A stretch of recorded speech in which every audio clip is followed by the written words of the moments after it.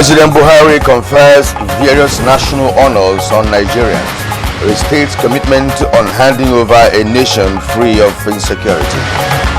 The patriotic Nigerians and our friends honored today have distinguished themselves in various ways for the purpose of creating a new Nigeria. We want to expedite action on it so that we can quickly finish the debate and commit the bill to the various committees. House of Representatives to commence debate on 2023 appropriation bill.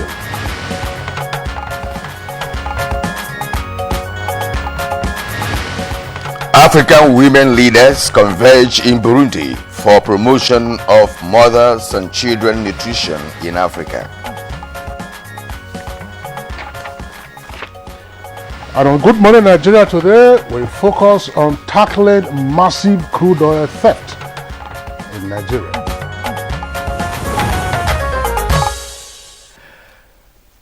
Well, it indeed appears the nation's black gold is in dire need of redemption as Nigeria loses about 600,000 barrels of crude oil per day to oil theft and illegal bunkering, which translates to over 5.9 trillion naira annually. Well, Kirian, this staggering figure from the Nigerian National Petroleum Company Limited suggests a national emergency, as described recently by the Honorable Minister of State for Petroleum Resources, Timothy Silva, who regretted that Nigeria had fallen short of the OPEC daily quota of 1.8 million barrels per day to round about 1.3 million barrels. And some of the figures indeed said that we're doing already below 1 million barrels per day. No thanks, of course, in part to oil theft. Well, yes, indeed, Kingsley, there are conflicting figures indeed, in respect to the level of crude oil theft in the country and the corresponding losses in monetary terms. In recent times, experts are of the opinion that the federal government must adopt a proactive and aggressive means of checkmating oil theft amid dwindling revenue occasioned by production or reduction in the oil production capacity. But I ask one question, Kingsley, when you say that the reduction in production is as a result of oil theft, does it mean that the stock is diminishing in terms of what we have, the reserve that we have? Why would that's stealing, but you're also doing your job. So does it mean that we have a reduction actually in the oil base that we have? No. It is nothing to do. It has nothing to do with our oil reserves or the reservoir, the extent of our reservoir. What you are able to take out, that's what counts as your production. Exactly. Yeah. What you take out, and then what you are also able to export or make available for export. But it's not as if you drill a well and then you have a wellhead and then all your oil is in that particular location. You have a network of pipelines. Exactly. So it is in the course of transporting the crude that you have produced that to go to the various export terminals. Exactly. That is where the crooks have come in to puncture the pipelines, the main trunk lines, and then begin to siphon. Exactly. So if ordinarily you had produced, let's say, 1.8 million barrels, which is the OPEC quota, exactly, but what you are able to then take to the export terminal is around about 1.4 or sometimes 1.3. These days it's come down to less than $1 million. Sorry, a million barrels per day. Now, an economic report for the first quarter of this year, 2022, from the Central Bank of Nigeria reveals that earnings from crude oil fell to 790 billion naira from 1.1 trillion naira as against the previous quarter in 2021. And NNPC Limited boss, Mele Kyari, during the 49th session of the State House briefing at the Presidential Villa, identified oil theft as a major factor for drop in production. Well, the federal government obviously is worried by the widespread nature of oil theft, especially through the product pipelines. Now, recently, the federal government considered and then approved pipeline surveillance contracts in a bid to stem the ugly trend. Incidentally, the choice of one of the beneficiaries of the contracts, former leader of the movement for the emancipation of Niger Delta government, Bemi popularly known as Tompolo, is fueling different reactions. But KR insists it is the right decision. It's turning out to be so, from the reports that we have had lately. Now, but while the debate is still on regarding who ordinarily should have been awarded a contract, a few days ago, NNPC Limited uncovered a 4-kilometer illegal oil connection line from Forcados Terminal into the sea, which had been in operation for many years, but without being detected. And of course, the detection now came during the clampdown in the past 6 weeks, thanks, it is said, to the efforts of the new contractor for the pipeline surveillance system. No, what I also asking, I mean, Nigerians would like to ask is, does it mean that we never had the capacity to carry out air surveillance that they did now to discover those who are doing this? Because if that had been done in the past, of course, there's the possibility of nipping this in the bud, or even getting them before over, you say 9 years or something, 9 years of a consecutive, oil stealing in that part of the country. Well, according to NNPC, this was achieved during an aerial surveillance, which I just mentioned, with a shocking discovery that the economic saboteurs carry out these nefarious activities unchallenged and uninterrupted. Of course, it raised another issue of the possibility of connivance, by those who insiders, who should actually be the people to stop that menace. They're encouraging it, and that is why people say, look, sometimes if you're working in the Navy and you're posted to Niger Delta, you are made. We have had such stories in the past, considering what is happening at the moment. Medicare also did indicate that the nature of the illegal connections suggested that these were jobs that were done by professionals. Exactly. Now, we understand that some 600 cubic meters of illegally, no, that's not cubic liters. Cubic meters will relate to gas. That's measured in cubic feet, and so on and so forth. But we understand, of course, that over 600,000 barrels of crude oil, of course, have been seized after it was discovered to have been illegally loaded on a vessel along the Warri River. And of course, this was being diverted, it is claimed, to Ghana, and this was on account of the activities of the new surveillance company on the pipelines and the waterways in the Niger Delta. Oh yeah, now Nigeria has been groaning under this weight of oil theft and illegal bunkering for 2 decades, but in recent years, observers say the dimension has been on a grand scale, and the government wants to take up its challenge to restoring the lost glory. Well, Kirian, we do know that the consequences of the oil theft are there for all of us to see. I mean, you have a rich country in resources, but the resources, of course, are not being fully utilized, as it were, for the benefit of the citizens because of, in part, these many leakages that we have seen. So if we have the capacity of producing, say, there was a time we were doing well over 2 million barrels per day of crude oil. And once it affects our foreign reserves, we have pressure on the foreign reserves, we have pressure on the naira, and then we have inflationary pressure, the misery index grows, and so on. Again, you can't just be producing, having a product to produce, and you're not, checkmating or protecting the product itself, because that is the number one. If you don't protect that product... How did we let our guard down? Exactly, and some persons have also indicated the fact that there are, like you said, insiders, who are given the responsibility to checkmate this, but there are also partakers in it, because there's no way a ship can come into Nigerian waters without being detected. I mean, on have a radar. Have a radar that monitors all entrances, from every part of Nigeria's, waterways. And I wonder why that could not be detected until 9 years. Well, Kirian, that's just only one aspect of the Niger Delta. The Niger Delta is a vast location in the country. But as the federal government intensifies its onslaught on crude oil theft, we have to ask the question, what went wrong in the past and how sustainable can the fight be? And what is the responsibility of all citizens with regard to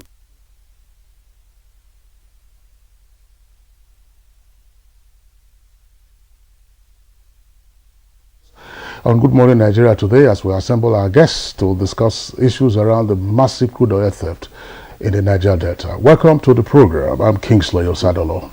Hi, I'm Kirian Umayo. We are live on the network service of the NTA. I will bring you our usual complementary segments at the appropriate time. For now, we shall have the news highlights with Anne Jibono.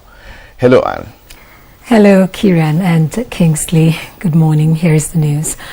447 Nigerians and foreigners alike who distinguished themselves in the service of the nation and humanity were formally recognized and rewarded with Nigeria's National Honors Awards. Amongst the recipients was Imam Abdullahi Abubakar, a Muslim cleric in Plateau State who put his life on the line to save 262 Christians from the jaws of death. President Muhammadu Buhari, who decorated the awardees with their titles of honor, used the opportunity to review his commitment to handing over a Nigeria that is free of insecurity to the next generation of political leaders. The patriotic Nigerians and our friends honored today have distinguished themselves in various ways for the purpose of creating a new Nigeria of our dreams through respect for the rule of law, image laundering, transparency, and accountability. Meanwhile, the National Association of Women Journalists, NAWOJ, has commended the conferment of national honors on journalists. A statement by the NAWOJ National President, Ladi Bala, particularly pleased with the award on the immediate past Director General of the Nigerian Television Authority, NTA, and seasoned administrator, Yakubu Ibn Mohammed, the special advisor on media and publicity to the President, and former President of the Nigerian Guild of Editors, Femi Adesina. The National President, Nigeria Union of Journalists, NUJ, Chris Isiguzo, and the former President of the Nigerian Guild of Editors, Halilu Ibrahim Dantiye. The deserving awards on these distinguished journalists is a clear testament of the fact that the role of journalists and the media at large is in the development of the country is accorded genuine recognition and appreciation by the government, the statement added. First Lady of Nigeria, Aisha Buhari, has arrived Bujumbura, capital of Burundi, ahead of high-level forum of African women leaders towards promoting the state of health and nutrition of women, mothers, children and adolescents in Africa.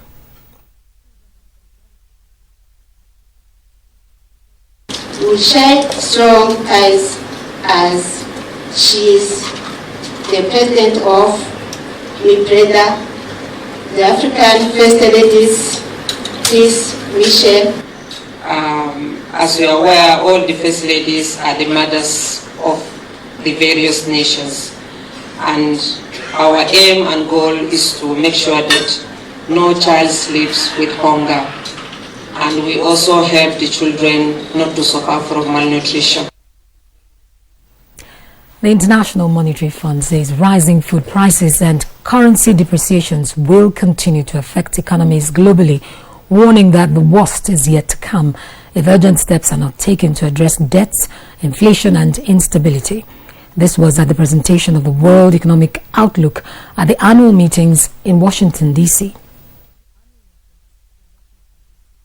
There are clouds on the horizon, but progress on climate policies, debt resolution, and other targeted global issues will demonstrate that strengthened cooperation can achieve progress for all. The higher interest rates, low growth means that 2/3 of the countries in the regions are facing stress or debt distress.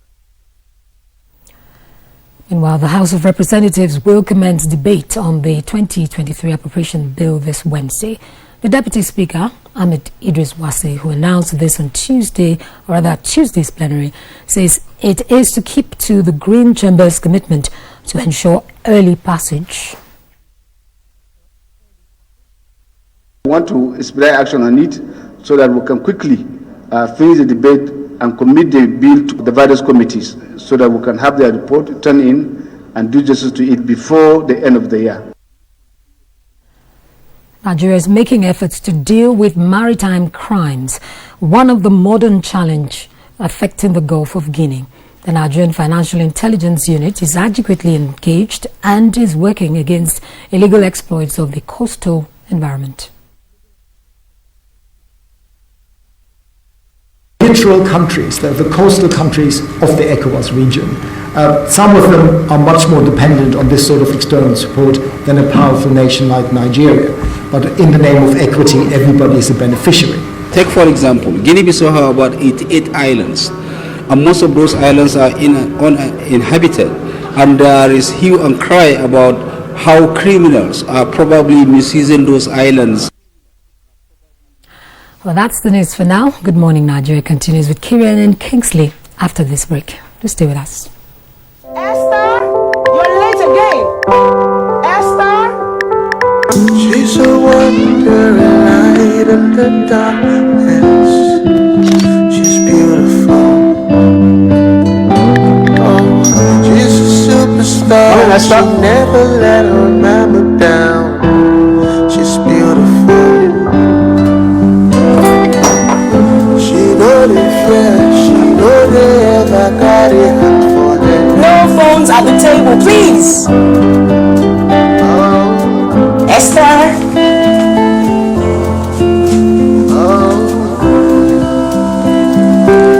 I love you too.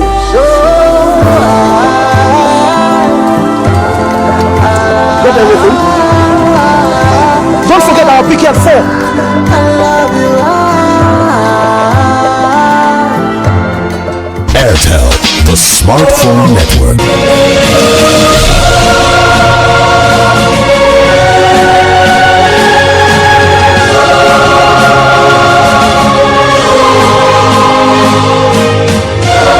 We are all Nigerians. Against all odds, we shall and must remain united. We may have our challenges, our problems, and setbacks. However, together we shall overcome them all. What doesn't break us shall make us stronger. This is the mindset that shall bring peace, progress, and prosperity to our beloved country. Do not let tribal and religious sentiments govern how you think, act, or feel. Don't be influenced by those who want to destroy our precious national unity. Everybody who's a Nigerian is your brother and your sister. This is the mindset of the new Nigeria. It is also the mindset that we must all adopt. Let us support each other in creating the Nigeria of our dreams. This message is from the Nigerian Television Authority, NTA.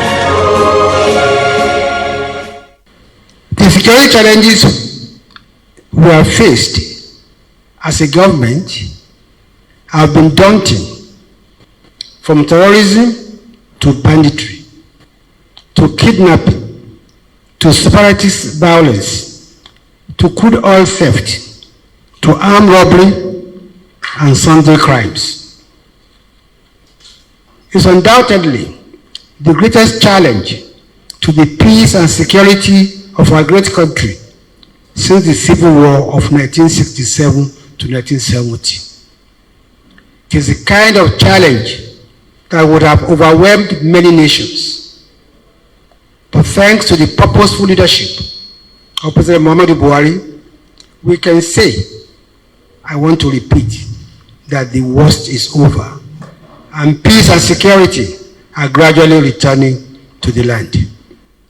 This message is brought to you from the Federal Ministry of Information and Culture.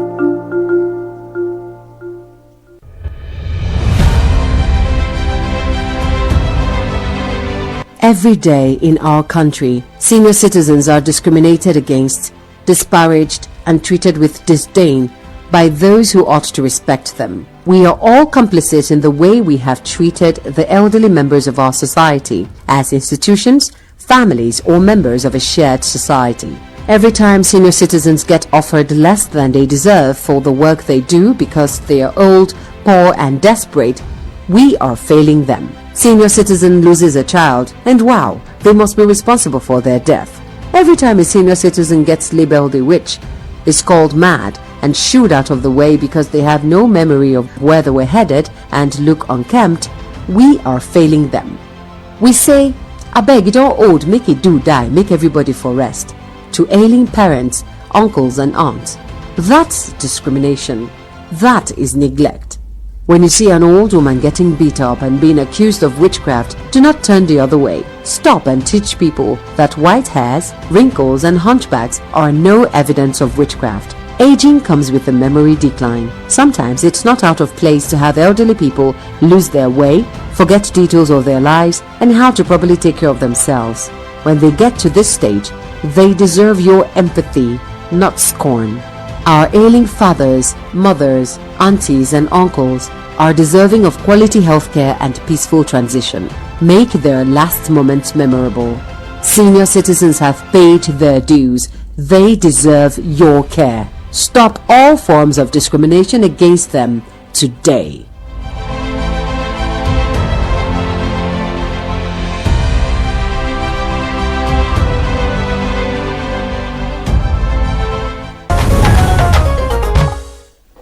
You're watching Good Morning Nigeria on the network service of the Nigerian Television Authority. Now, the Federal Ministry of Industry, Trade and Investment has presented the 2023-2027 trade policy draft. We have details of that story with our correspondent, Alika Okpanachi Arua.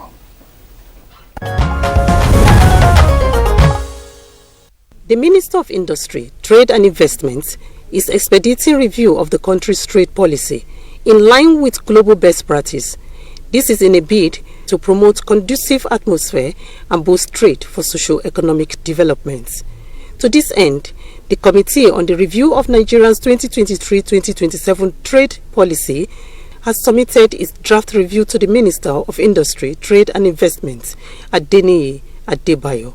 In order to take advantage of this potential $3.4 trillion market, the first step is to instill confidence in traders through the approval and implementation of an up-to-date trade policy. Therefore, an updated trade policy is clearly overdue. We know that the economy has changed drastically since the last trade policy. The DG has mentioned that a rapid transformation of the Nigerian economy. The policy, if approved by the Federal Executive Council, will provide the needed opportunities for businesses to thrive, reduce poverty, and promote creation of wealth for the development of the country. With Business News, Alika Okpanachi Arua. Thank you, Alika, for that report. And next on our show is Newspaper Review.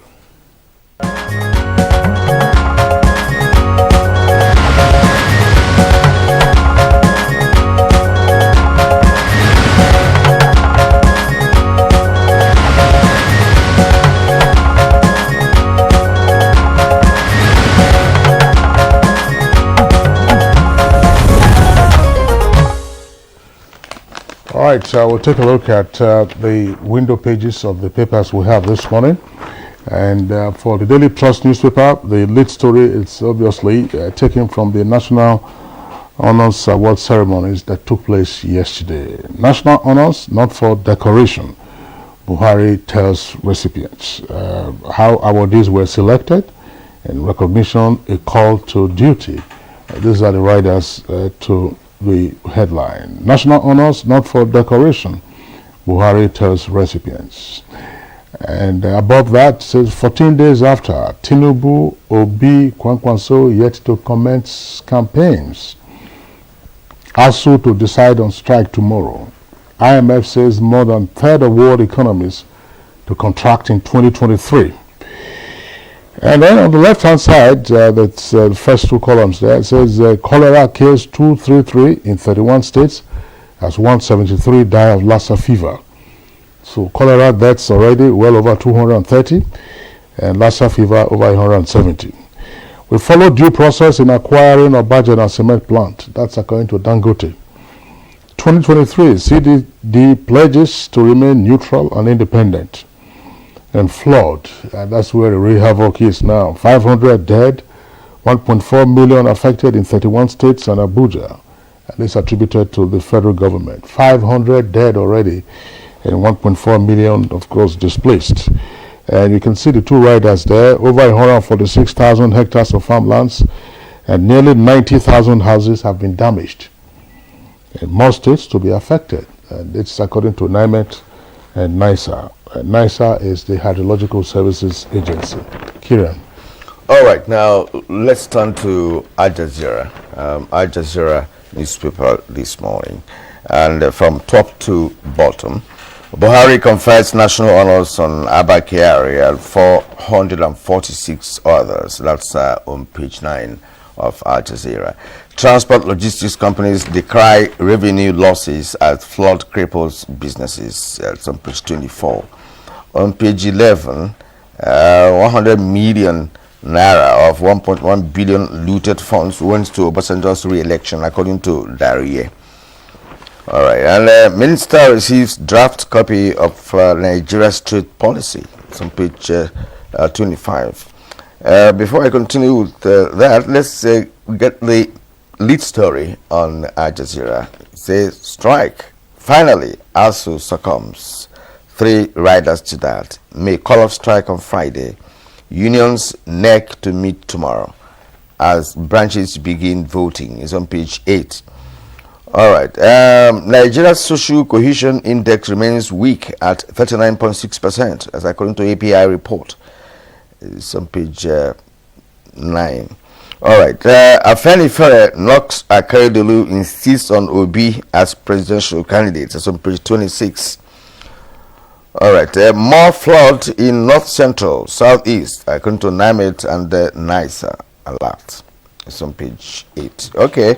Insurgency. More crisis looms with increased recruitment in northwest and northeast. That's on page 10. Nigeria advocates global collaborations to mitigate refugee crisis.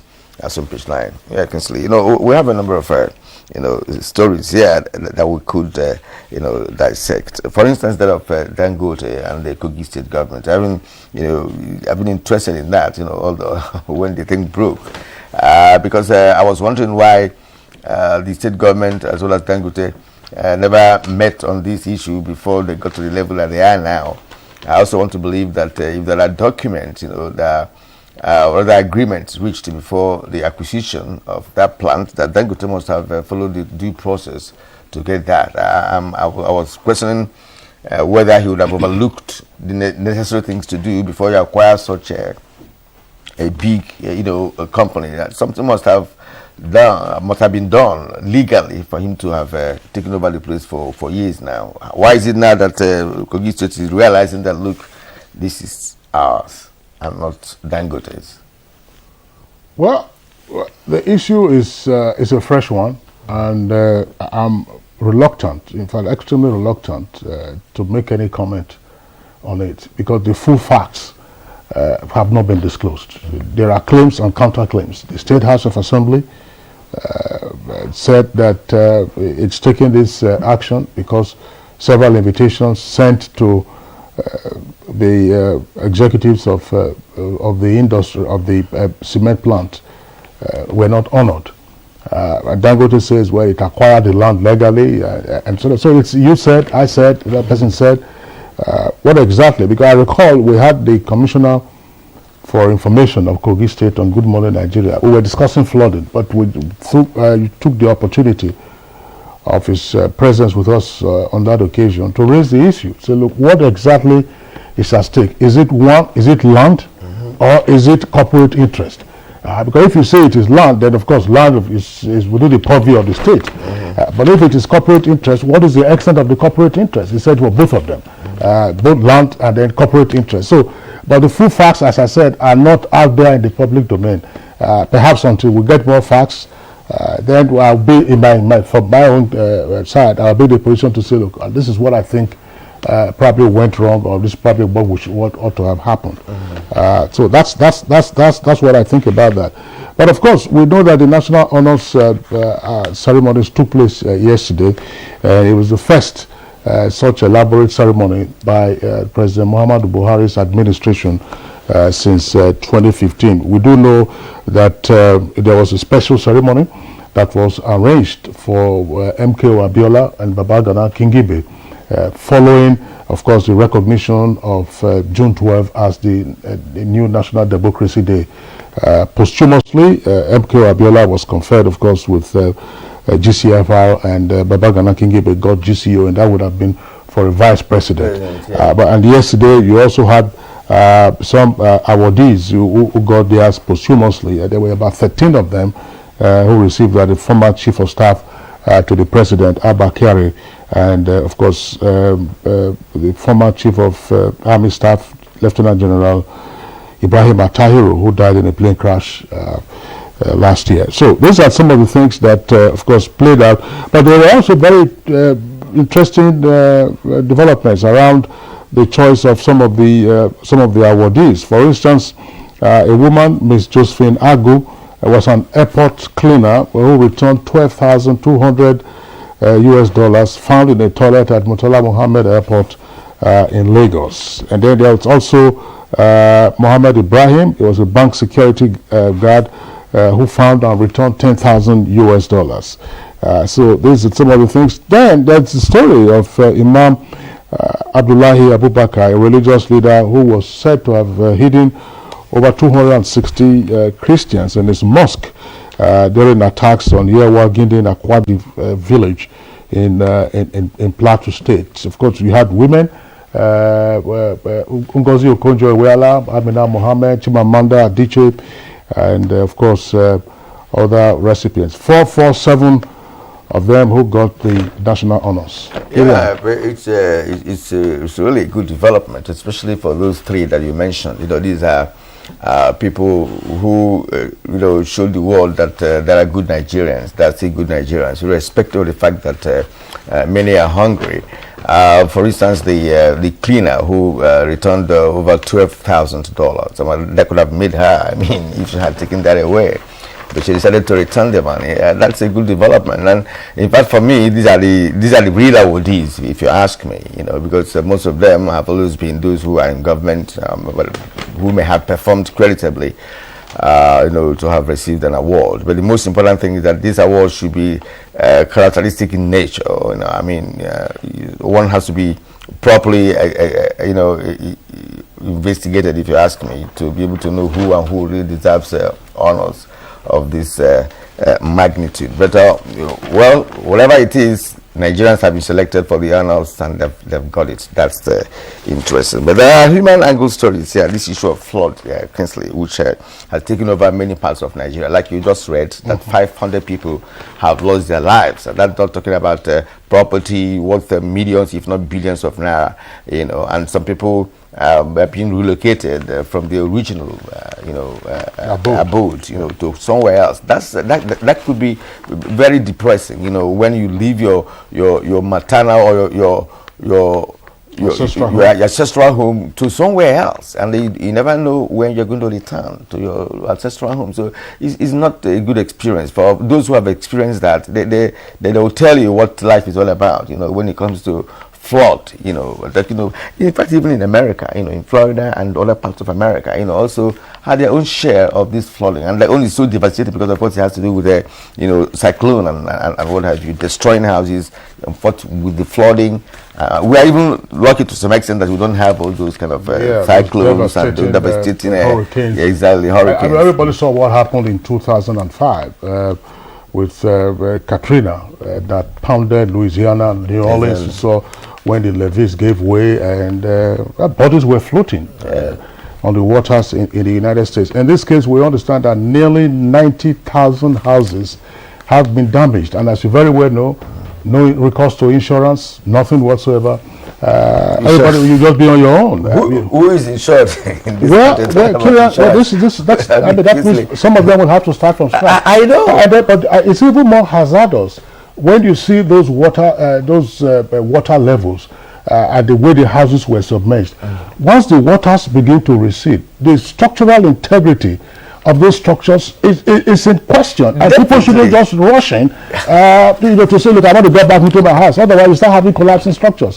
Lokoja may now be experiencing some relief, but down the river, Delta, Ndokwa area has already been inundated. Anambra is there. I'm sure Bayelsa will be waiting, to also take the heat before the waters pour out into the Atlantic Ocean. It's not really palatable, people, Nigerians are going through difficulty in those areas that have been flooded, and we hope that something can be done about that, especially to rehabilitate or in fact try to assist those families that have been affected.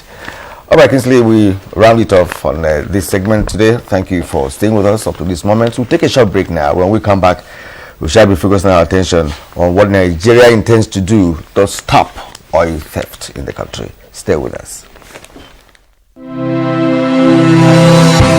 A new edition of TV Guide is out, featuring an impeccable personality with purposeful leadership. Alhaji Muhammad Meitakobi, the Executive National President of Road Transport Employers Association of Nigeria. In 774 local governments, we'll be able to put all our structures in everywhere. I'll be able to bring the Retians members together to reconcile them to come and work for the progress of the association. Welcome to a world of fun and excitement as we also present an assemblage of professionals in the media space. Some compelling NTA programs, current trends in the fashion world, ICT, sports, entertainment, and lots more. Get a copy at the vendor near you or any NTA station nationwide. TV Guide, your indispensable companion. Oh, God, John. How old are you? Hey, but what's he come bring all of on a hospital? Hey, we just come say maybe we collect our second dose of COVID vaccine. For your pregnant wife? Madam, women will get belly and women will breastfeed. They front for people we suppose collect the vaccination because it go protect them and their pikin from to catch the virus. Plus, it is safe well. That's not the reason why me if I carry my lovely wife come so that make she forget better protection join. It like say our turn don't reach. Hey, Madam Naija, make you follow who no road. Try collect the vaccine because it could protect your pikin from COVID-19 plus all your family members and your neighbors said. Big two don't show. But I don't ready for me so. That Oga Sabi road though. Shey you no go follow no road. My name is Dr. Chinonso Egemba. Then they call me Aproko Doctor. The COVID-19 vaccine now ogbonge way to take protect you and your family from wahala, sickness and death from COVID-19. To get your own free COVID-19 vaccine, sharply go any healthcare facility way near you. Follow no road.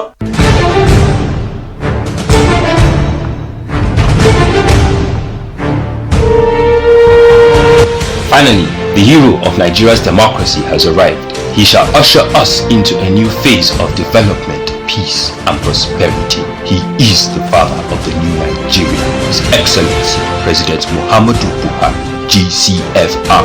Welcome to another season of giving Nigerians hope yet again. We are sure of a great future for both ourselves and generations yet unborn. We look forward to your leading us as a nation into our manifest destiny. Though the challenges against us as a people are many, we know that your leadership shall set us on the right path to our greatness. A new dawn beckons on us all, and having you as our president is a precursor to this. Thank you for believing in Nigeria. This message is from the Nigerian Television Authority, NTA. As the 2023 elections draw near, remember, evil prospers when good men and women only wish for peace, but never take a step to make peaceful elections happen. Are you a father? Are you a mother? What are you saying to your children as elections approach? Have you warned them not to let themselves be used to cause violence? Have you explained to them what the consequences of electoral violence might be? Do your part to make peaceful elections happen. Talk to your children.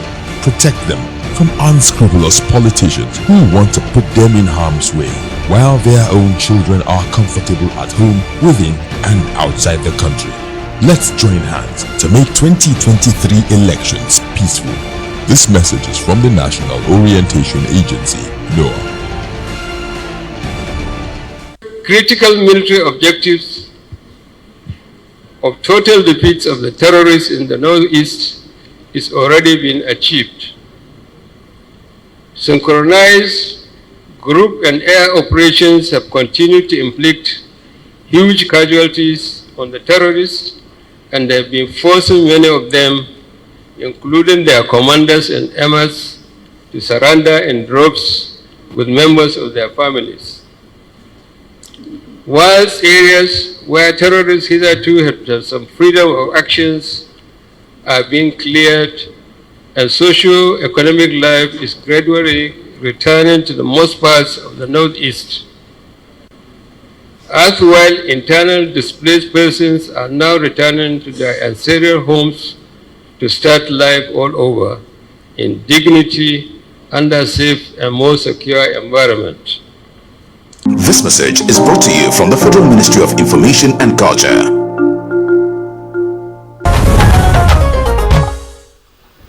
You're watching Good Morning Nigeria on the network service of the Nigerian Television Authority. As a prompt for our conversation, which is on how to effectively tackle massive crude oil theft in the Niger Delta region, we'll take this background report put together by our correspondent, Joseph Otsen.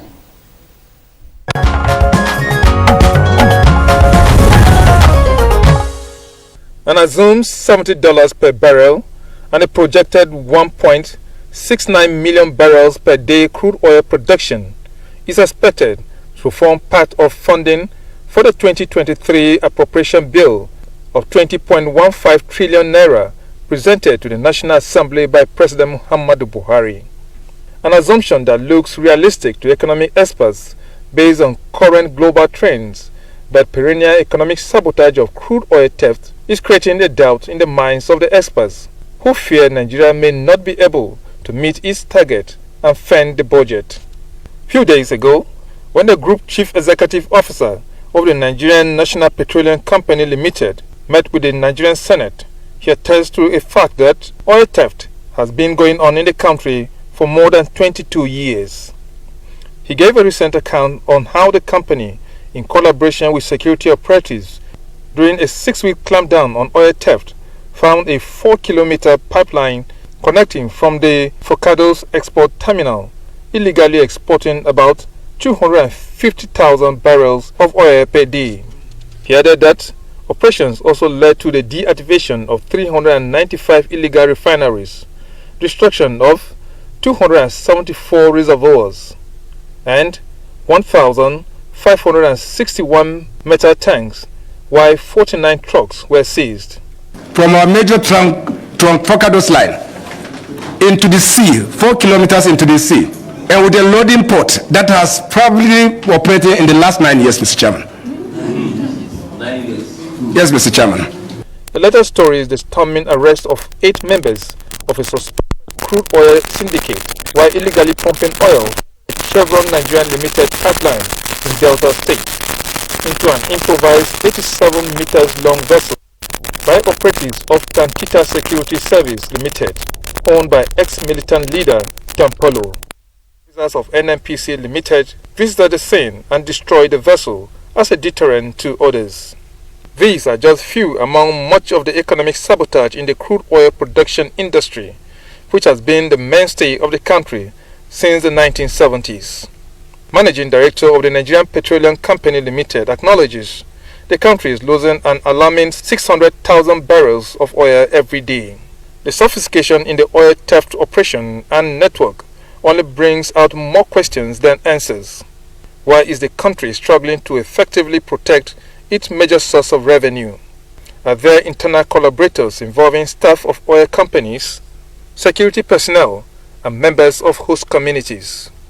To analysts, there is more to what the eyes can see, but guests on Good Morning Nigeria will try to give an insight into the nature of crude oil theft in the country and its implication on the nation's economy.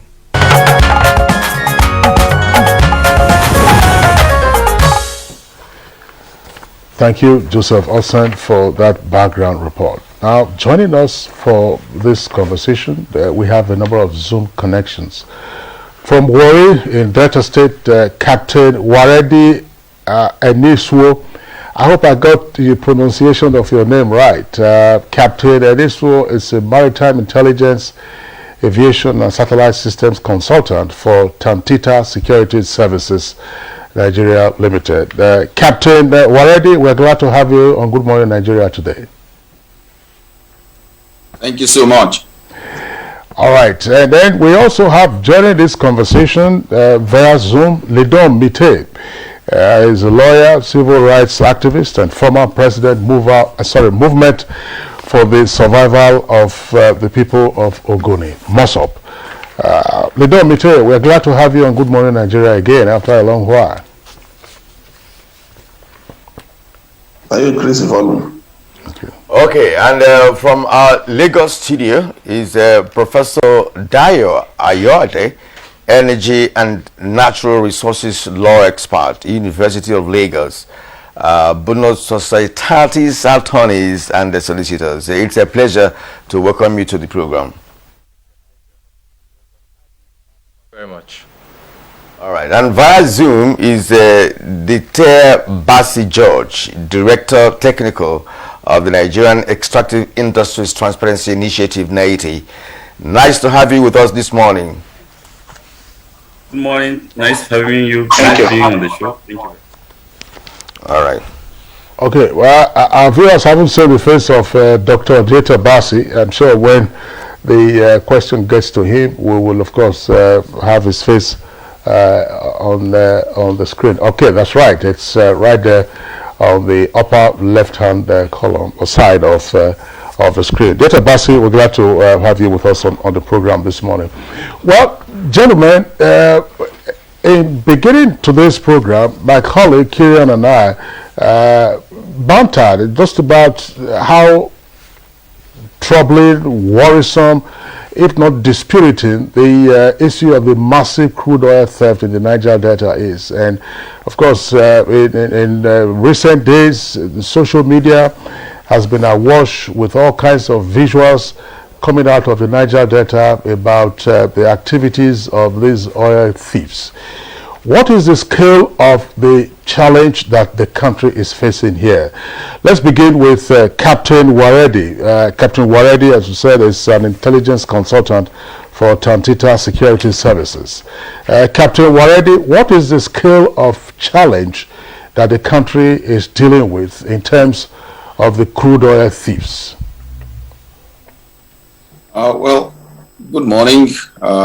It's a pleasure being here to explain quite a lot of the issues happening out there. The problem is very big, is indescribable. There's a phone. I tried to use someone's phone. Yeah. The challenges are enormous as we speak. Let them forget it because of my wahala since 6:30. Is it possible that Captain Waredi, it looks like you probably have some other persons in the room there with you. Could you just tell them to be mute while you are speaking, because there's a filtration of their sounds into your microphone. Just advise them to be mute while you are on air. Captain Waredi. What you are, the noisy background is not coming from here. I'm here alone. It's coming probably from other areas, maybe even in the studio. My colleague and I are quiet here, but regardless, proceed. Okay, then could you just advise others to mute their mics? Those not speaking should mute their mics. Okay, so advisedly then, this is almost like a webinar. All others who are on Zoom for this interaction, just be muted while another guest is on. Captain Waredi. Okay, thank you very much. Please, can you take your question again? My question is, what is the scale of the challenge that the country is confronted with in terms of crude oil theft in the Niger Delta? Well, the challenge is enormous. It's got possibly 2 to 3 dimensions to it. There is the local dimension. There is also the international dimension to this. The local dimension is on a much smaller scale than the international dimension. Now, I'll explain the local dimensions to you first. Now, what you have is quite a bunch of people who go in, happy to pipelines here and there, and they divert the oil into storages, illegal storages, where sometimes they refine this oil. They fractionally distillize it to form kerosene, diesel, and a whole lot of other products, and then possibly even truck them to other states or even truck them internationally. That's the lower dimension to this. Now, the higher dimension is where you have the sophisticated side of it, where our major trunk lines are being tapped and possibly even diverted to oil wells that are not in use, where ships of low draft do come, take as much as they want, and walk away, come back when they want. So that's the international dimension to this. And notably, we've tracked quite a lot of these movements in the past. That was where we developed a database of intelligence over them. Now, as you well know, it is not easy to go and apprehend such people, especially the international dimension ones, because there are a whole lot of countries who are happy with this trade in the sense that it comes into their countries cheap, it helps their economy, while it kills our economy. So that is the summary of it at the moment. All right, we will definitely come back to you for further explanations, because there are dimensions to that which you just mentioned. We will be able to dissect aspects of it to have better understanding of what the situation is like in Niger Delta. But now let's bring in Ledum Anazo Mite, lawyer, civil rights activist, and former president of Movement for Survival of the People of Ogoni. Now, Niger Delta is quite huge, and we understand that this oil theft take place at different parts of Niger Delta. From where you're coming from, let us know what the the gravity of this menace is in terms of oil theft. Can we get your view of the dimension of this oil theft in your part of Niger Delta? Well, let me say, I want to join the captain to say that there are several forms in which oil theft exhibit itself. But I think that most times there's so much over focus on these boys who are doing what they call the illegal refining of crude oil. In my view, it does exist in a large scale, but when you are talking of the quantity of oil theft, I think focusing on those aspects of it diverts our attention from the huge ones, where ships, as the captain has explained, people use barges to transport crude to the high seas. So who are these people? They are not these young boys in the Niger Delta. There are people who have connection with international buyers of this crude oil. There are those who can have the influence that will make the security agencies look the other way while they do what they are doing. In fact, to be complicit in what they are doing. That is the dimension of oil theft that takes a lot from us. Why is it that we do not know such people? It is not just these small areas that we focus on. And then there is also the dimension of oil theft, where the quantity that is actually being sold legally is either understated or is not quite reflected. So there are three forms of what is going on. My view is that the bulk of oil theft are those perpetrated by those, not the small boys, but the big guys up there. And once we tackle that, then we are now actually trying to solve the problem. I have been, when I was chairman of NITI, I was sitting on the National Economic Council Committee on Oil Theft and Pipeline Vandalization. And I chaired the subcommittee on that was interfacing with the communities. And we confronted and met most of the young boys who are there. We met with security agencies who told us clearly how many of these ships, the mother ships, sit in the high oceans and they are being fed. And there is no way any country in the world that these sort of ships will enter their territorial waters that security agencies will not know. So let people not pretend. I think that's where the problem is. I mean, all these boys with 50 liters jerrycan or 100, I'm not saying they are not there so much. And even that, there's nothing that, I mean, these things are not in segments. So even those people can also supply to the big guys who are selling this thing. But why is it that we have not been able to apprehend this thing? Ships escape in Nigeria, and then we go and cry over that we do not know what is happening. I think that the only people who are victims of all this are the communities, because whether it is by the young people or by the big guys, it involves devastation of their environment. And the complicity between the security agencies and those involved is far more than any person can say.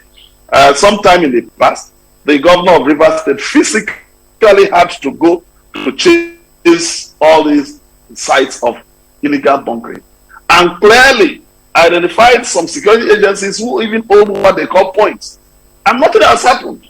So let us be focused if we want to deal with these issues.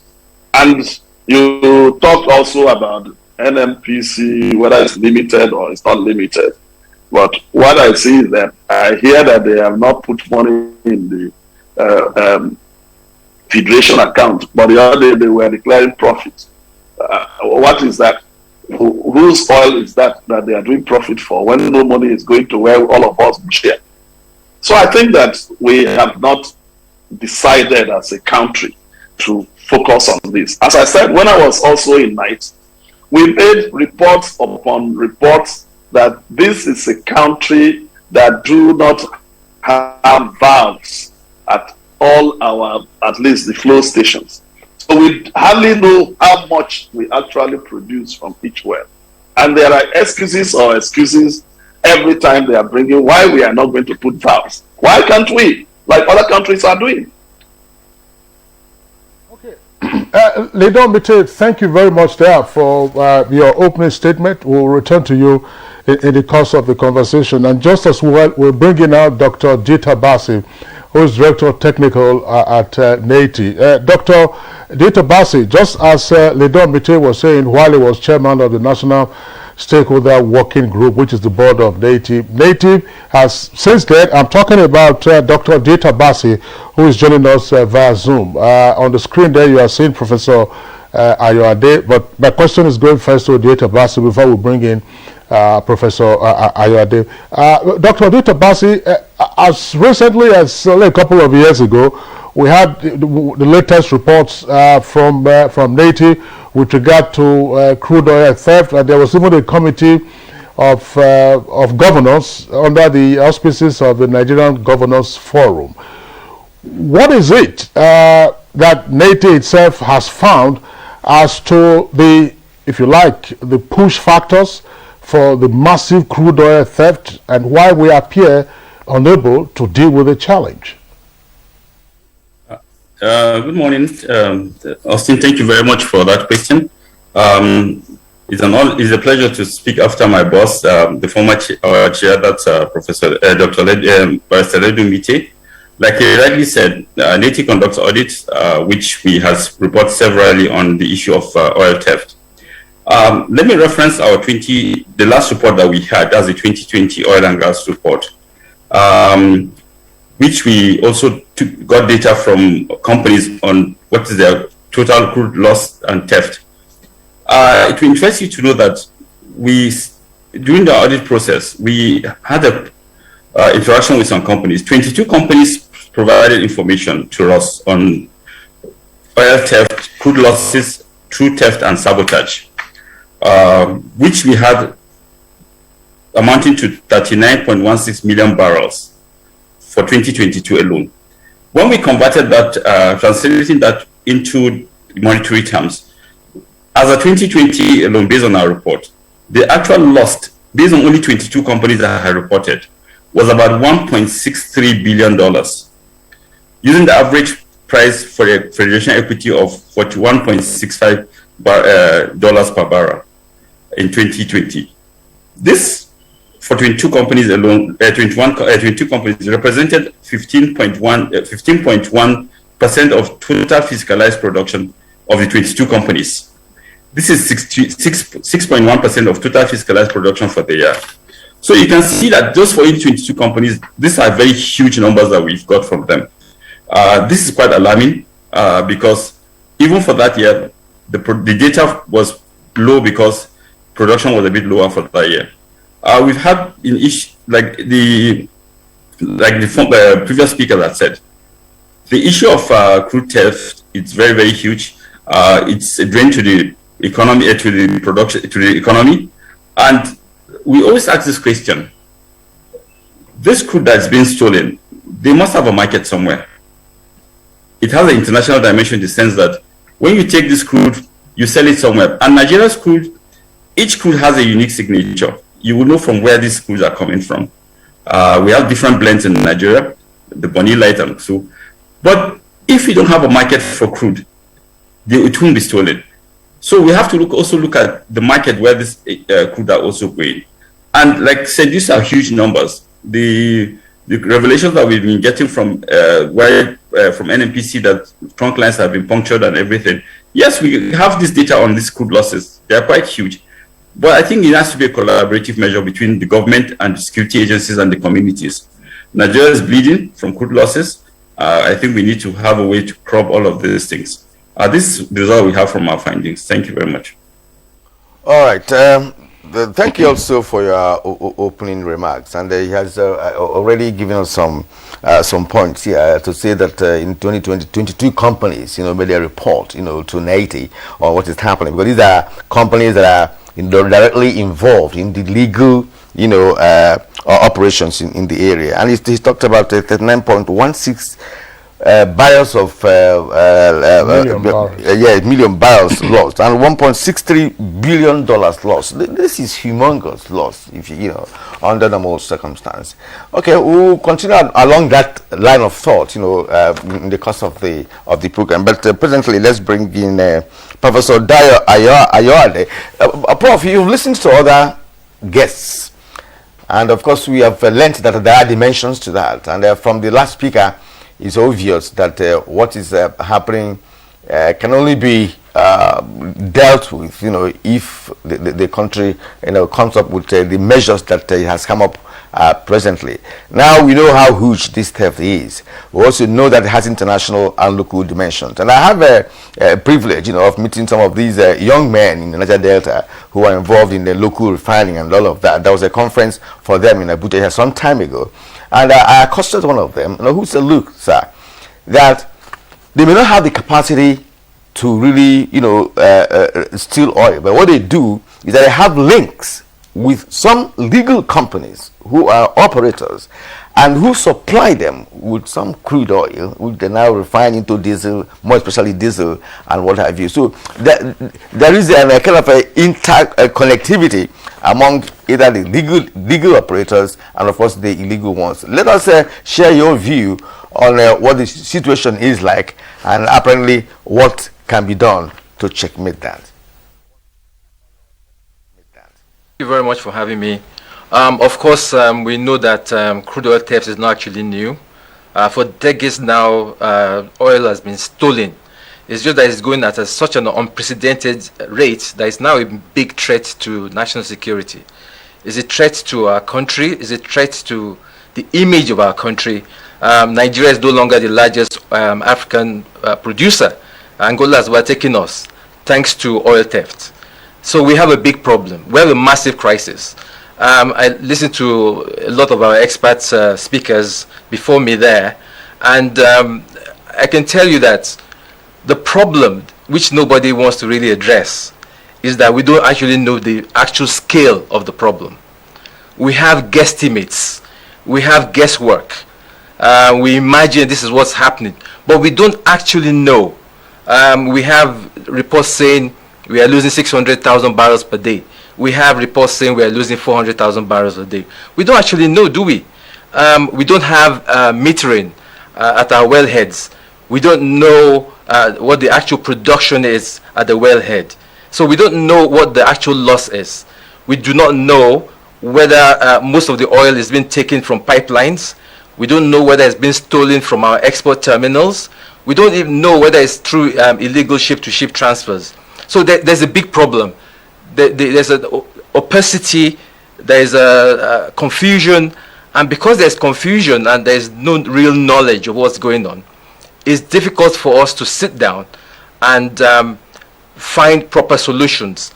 And the reason is because there seems to be, unfortunately, not much of a political will to tackle this problem. And the problem is now eating the country's economy, to threaten the budget, to threaten every aspect of the economy. And that's where that's where we are today. I'm glad that now it's on the news reports and everybody's talking about crude oil theft. But what will happen next week? Are we going to be talking about crude oil theft or some other scandal will have taken our minds off this? How do we get to where we're supposed to get to? You mentioned there something about potential solutions. I think, of course, other people will also talk about this. There may be a need for a judicial inquiry as to what's going on. Because if you don't know the scale of a problem, how do you truly tackle it? The time has come, I think, for Nigerians to decide whether we want to bleed to death or we want to stop the flow. Thank you. Well, thank you, Professor Ayade, for the points that you have raised. You made a suggestion now about the judicial inquiry. Useful point. We hope we have the opportunity of interrogating that and find out the utility of a judicial inquiry. Some persons will tell you we have tons of reports lying on the shelves, but you mentioned, and one of the other guests also said something about the political will to do the right thing. Which I'm going back to Captain Waredi. Captain Waredi, still with us via Zoom. Captain Waredi, for the benefit of just the lay person, how do we understand that you have so-called illegal pipelines traveling several kilometers into the high sea? And by the way, a pipeline is usually made of galvanized steel. These are not bamboo sticks that you cut from somewhere, they just link them up and it goes into the high sea. And so it would take time to lay those pipelines. It would take time for you to, of course, excavate and then cover up those pipelines. It would take a while for the pipelines to be operating. All of this in plain sight, and nobody sees anything, nobody hears anything, and nobody reports anything. And it's been going on for years. It's difficult to understand, but help us understand it.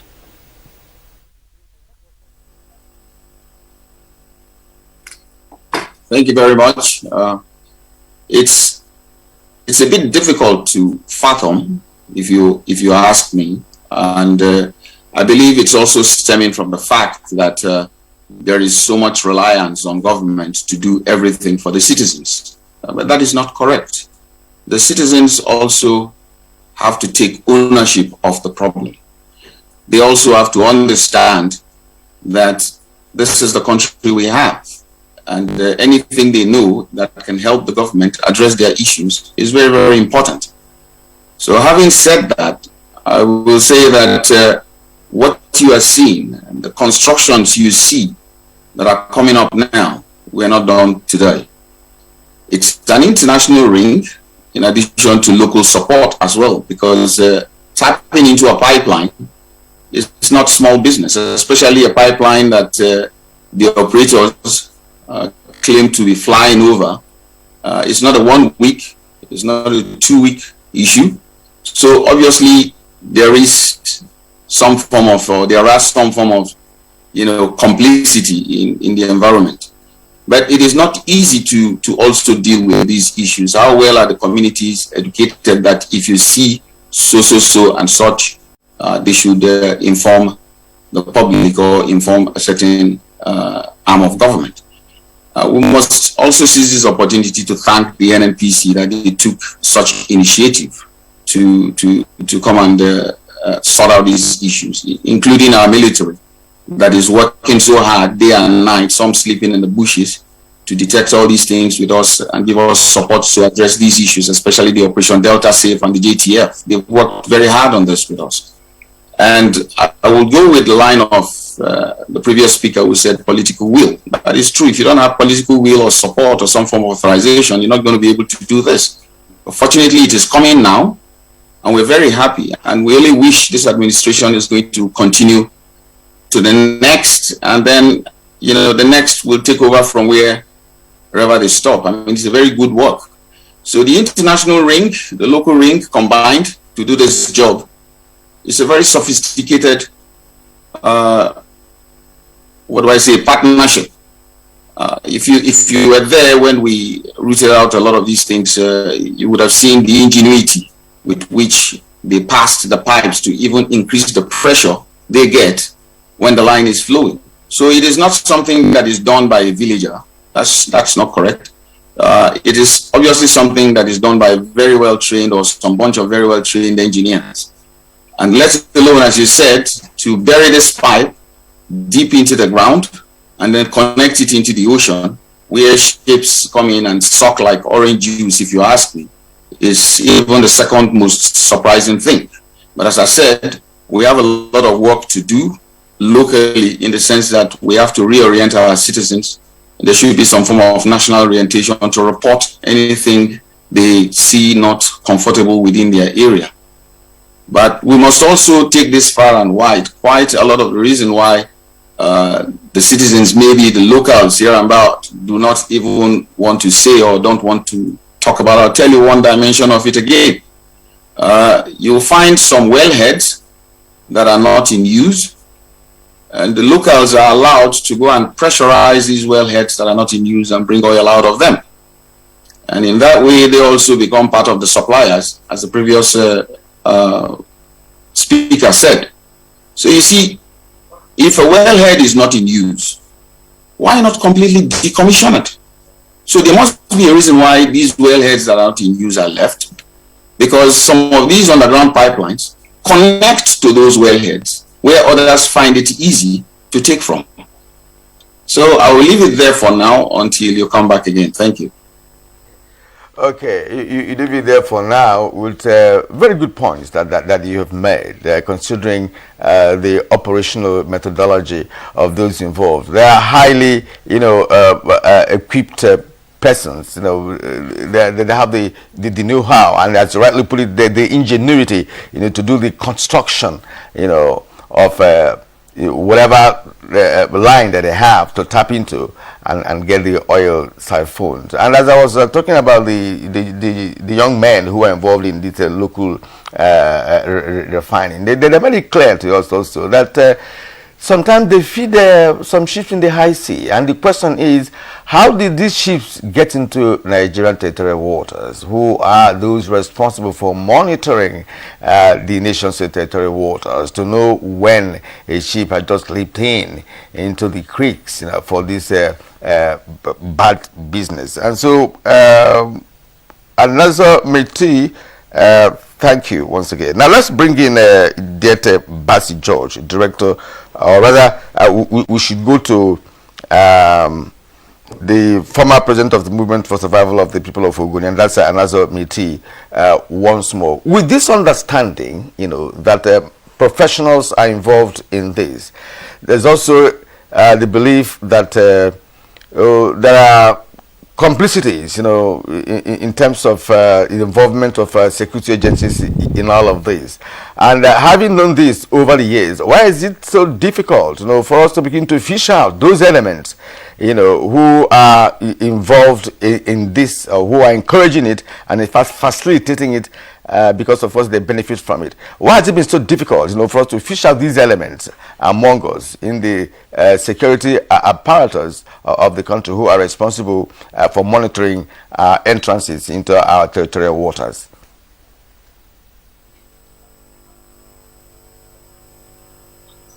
Well, let me first, I was almost smiling when I heard the submission of Captain. First, when we talk about locals, maybe we are looking at some old fishermen or fishermen who are just in loincloth going to farm or to fish. Mind you that there are several people, young people, who were engaged in oil, by the oil companies or the oil servicing companies, trained to in pipeline welding and all these sort of things. Many of whom have, if you like, have been sacked from their jobs. They exist in the villages. So don't take this away from the capacities of those who can do it. I'll give you a story. As I said, I was a chairman of the subcommittee of the National Economic Council on this matter. That's several years ago. Now, we went to one of the locations and engaged the young men. One of them took up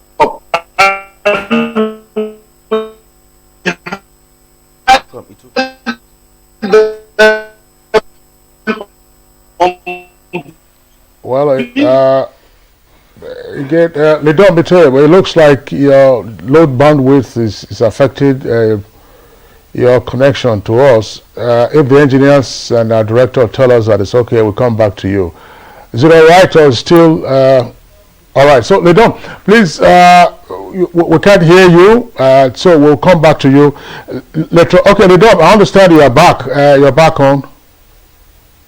So we lost you at the point where you were trying to explain your visit to one of the locations where one of the young men was trying to say something. Exactly what that's what you were getting into. All right, it looks like there's a freeze one more time on this Zoom connection to us. I would like to go back to our Lagos Network Center. Professor Dayo Ayade, there's an issue here that I would like us to also examine. I find it a bit curious. Yes, Captain Waredi and indeed others have said, oh, NNPC has opened our eyes to what's going on. But we know that the NNPC over the years, at least since 1977, had become increasingly specialized in its various arms, even of course with the PIA in existence. The refineries are corporate entities on their own. But there is a critical arm of the NNPC, which is PPMC, Pipelines and Products Marketing Company. And of course, anyone who is interested in oil and gas will see from time to time where notices are by law advertised with regard to pipelines. And then you ask yourself, if there is a PPMC and these pipelines are being vandalized, these pipelines are being breached, these pipelines are being tapped into for crude oil theft, what is it that the PPMC had been doing all along? That's an excellent question. I think that sums up the whole problem we have with crude oil theft in Nigeria.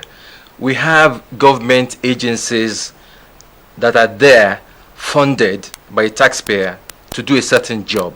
They're there to survey, do surveillance on pipelines, to know what's going on with the pipelines, and they seem not to know. First, we have to admit that there are thousands of kilometers of pipelines in sometimes rather swampy areas and shallow waters, sometimes not very hospitable places. But you know, we'd expect NNPC's subsidiaries, like PPMC, we'd expect the government agencies such as the Navy and so forth, and the security agencies. We will have a maritime police to know what's going on in these areas, because this is the lifeblood of the Nigerian economy. So unfortunately, it seems that some of our institutions have dropped the ball.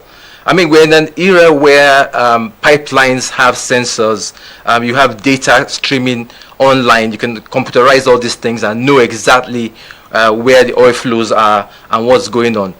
For many years, we have not invested in these technologies. We have not invested properly, maybe, in surveillance. And then there's the whole issue of perhaps some people are involved in illegal crude oil theft. Do they have partners, maybe, in our institutions? These are some of the allegations that are coming out, but we don't actually know. But something is obviously very wrong if a ship can wander into our waters, into our territorial waters, pick up crude oil and sail away, and nobody says anything, and nobody can stop them, and nobody knows what's going on. we don't even know exactly how much of that crude has been taken away. So I think you have a good point there that perhaps institutional failure is where we have to start. Right now, we said there's a pipeline that's been discovered for good 9 years, an illegal pipeline. Is that really possible? Is there nobody working in that area of the country? And are you telling me that this is the first time we're discovering a pipeline to magically come out of to come into existence? It's obviously problematic. You can't expect Nigerian public to believe this type of stories. Clearly, somebody knew it was there. They turned a blind eye to it, or they were complicit in it, and for reasons now that the matter's blown up higher, we're being given this one. Are there other pipelines? I suggest there may be. Okay, there may be, and of course, the man who is now the lead in the process of stopping this menace, Tompolo, has already successfully got this one, and I'm sure he's also going further deep into the Niger Delta to get more. One of his men, we learned from the social media, did not accept a 25 million naira bribe given to him not to reveal the operations of the illegal operators. And of course, that has yielded dividend. From what you said, perhaps if this push continues as it is, then we're going to get some more results. Let's return to Lidom Miti once more.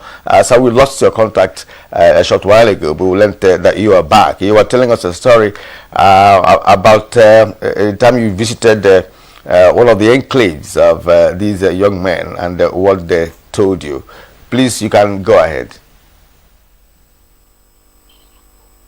Well, I told you it's not.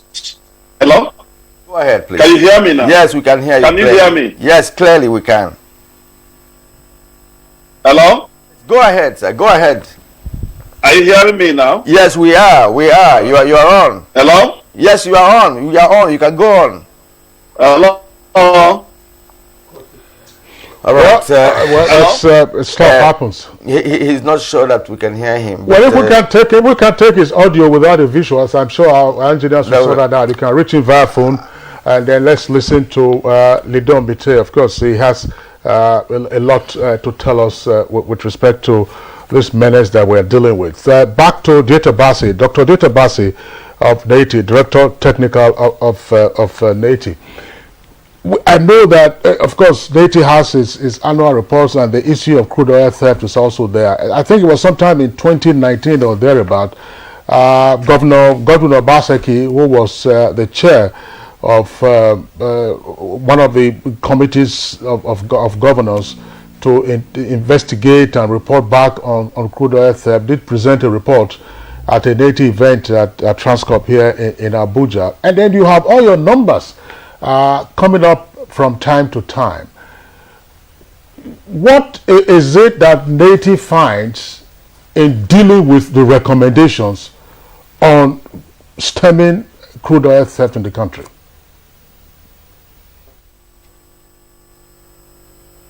Thank you, Mr. Kingsley, for that. Let me just start from, let me make some clarification before I answer your question.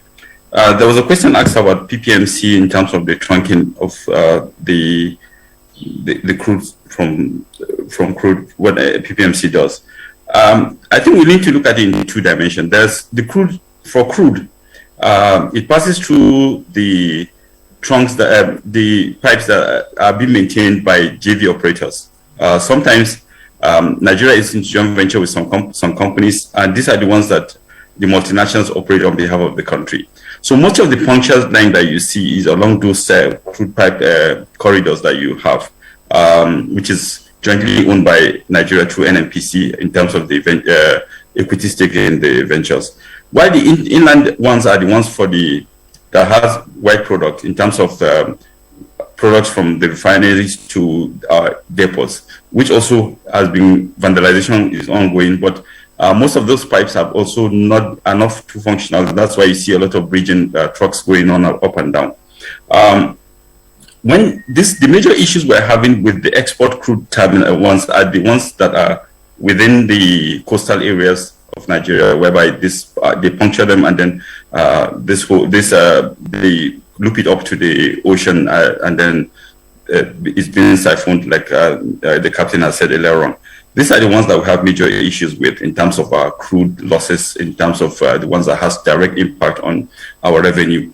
While the other ones are products that have been siphoned, that's refined products that people scoop it, that's from that Atlas Cove and all of the other ones. So for those ones, NNPC is solely responsible for those ones. And I think they've been trying to see how those pipes are maintained.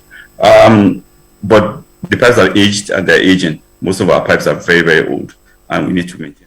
Dr. Bassey, I would like you to clarify this on the issue of pipelines. Professor Ayade already made his comment on that when I asked the question. Are you saying that even as a JV operation, the Nigerian partner in the joint venture is a sleeping partner, that it has no oversight whatsoever on what its other partners would be doing with regard to the trunking pipelines for transportation of crude oil to the oil terminals? Does the PPMC not have any role? Is PPMC solely concerned, for instance, with refined petroleum products? Okay. Our JV asset is being managed by NAPIMS in terms of the true NAPIMS. That's the one, the NNPC subsidiary that manages those assets. So those ones are the operator manages those pipelines. While yes, oversight of these pipelines is supposed to be handled by the DPR, the fund DPR, which is now the commission, the Nigerian Upstream and Regulatory Commission. They're the ones that are supposed to supervise this one, the flow station, that we find out that to ensure that these pipelines are not punctured and are optimally produced, and then the issue of losses are also accounted for. They are the major ones that they are the regulatory arm of that government in terms of these pipelines. So we need to empower them. Thank God, the good thing is that PIA has empowered them now to do more of their regulatory function, oversight function on those pipelines, and then also on that operations. We also need to make sure that there has a collaborative efforts with the security agencies that are attached to these areas. We know that the Navy and the Army are there to look at that trunk line. So collectively, that's what I'm trying to say, is that the regulatory agencies are supposed to work in tandem with the security agencies to ensure that these pipelines are not ruptured when they're supposed, and then they are fully protected, and our investment through the NNPC and NAPIMS is also protected in these areas. So I think it's a collective thing that we need to do. We've reported on crude losses, like I said, for a long time. And one of the key things that we found out is that there needs to be more collaboration between the various government agencies in terms of crude losses. We need to synergy. A ship cannot come and break into Nigerian territorial waters without it being noticed. We've been to some places whereby you see that for every vessel that comes into this country, there are indicators that you know that this vessel is in this country, and these vessels came in with a particular load and is going out with a particular load. You will know that this vessel has been uploaded with certain goods. Because of the buoyancy, you will know that the vessel is loaded. So how can we collaborate more for us to have this synergy between the security agencies and the regulatory agencies in this sector, and even the host communities, to know that this is our collective wealth? What NAT has been encompassing is that we need to, as a country, have a direct policy that will be able to look at synergizing these agencies together for effective monitoring. The issue of metering, do we actually know what we're producing? You pump from the flow station and what goes to the other side, the export point. Somebody punctures it, you will know. Because what you pump from there, if there's adequate metering facility, you will be able to know that your product has been lost. And if even the pressure will drop from where you're exporting from when your lines have been punctured. And I think, like we've all been saying here, if we have the political will to stop all these things, which we've seen has been manifested with the discovery of the pipeline that NNPC have just of recent, we've just seen huge pipelines that have discovered, and then public statements have been made. Why everybody's asking, how can this exist for 9 years or so without not knowing about all of these things? Good morning. Along the line, these are pipelines that pass through communities, and I think people know about these things. But is there incentive for them to report on these issues? So I think we should be able to have that this oil well is a collective wealth for this country, and we should be able to see how we can harness it. With the PIA now, with the host community bill component of it, if this host community could have sense of belonging that this crude is working for them, they will be able to protect it more, because when they puncture these things, it's a huge disaster for them in the host communities, because some of these trunk lines, before you even weld it, it must also have rupture. It will spill some crude oil, and then it will affect the communities. And most of these ones require us to weld it, because it's high pressure pipes. A layman cannot do that. You must be properly trained to understand this thing. So who are these people trained? There are people that are within the industry or have industry experiences. So these are things that we need to look at holistically. And then for us also, I think we need also have a step further to ask, who are these people that buy this product? Because if we don't have buyers for this product internationally, the market will dry up. It will be a disincentive for them to even once you steal crude and you don't have a buyer for it, it becomes a liability for you, and you have to stop it because it's not lucrative anymore. But as long as you have buyers, people willing to buy your product, I think it will not discourage people from doing that. So I think we also need to look at the international aspect of it, how people from the international communities buy this swelling crude from Nigeria. Judge, we're going to come back to you in the course of the program. I think you have made your point, very valid points that you have made. I also want to push on with what some Nigerians are saying, Kinsley, saying that the nation is yet to muster the capacity to take over completely oil exploration in the country. These collaboration or partnership or whatever with foreign multinationals is also part of this problem. We were talking about international dimension to that.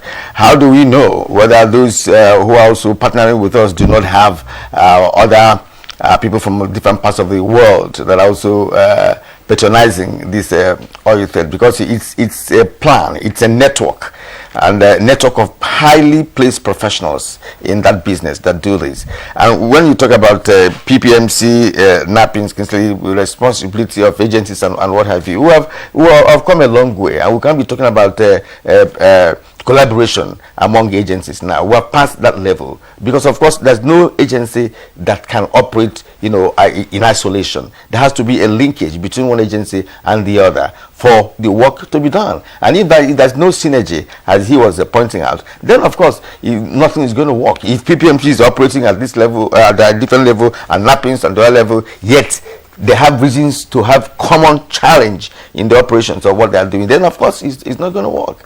That's part of what the issues are, and that's why these thieves are making progress in Niger Delta, stealing our oil with impunity. All right, we'll take a short break now. When we come back, the conversation will continue. This is Good Morning Nigeria on NTA Network Service. Do stay with us. To every politician, as the campaigns gain momentum and passions begin to rise, remember, the errors of your opponents do not make you a success.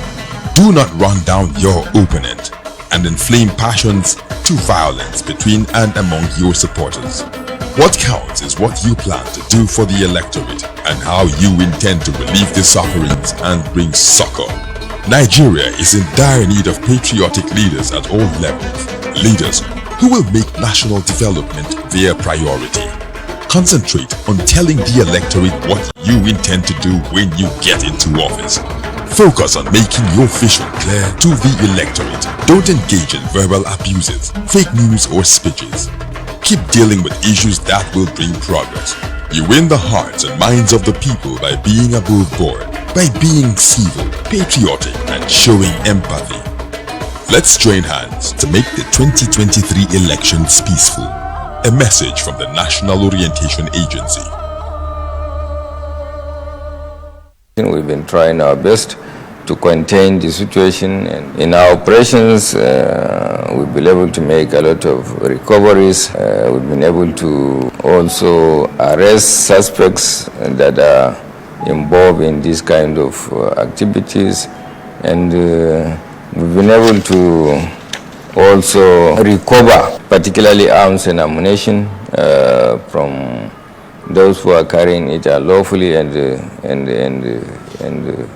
disturbing the peace of the people. But generally, our morale in the Nigerian police is always guided by our commitment to do what we have sworn to do. Peace and security must be looked into as a priority by all. To look at security as the business of all of us. This message is from the Federal Ministry of Information and Culture. The counsel of our fathers. My advice to these young people is please do not take us back to those harrowing days. You probably do not know what it is. Nigerian youths, let's build our nation together.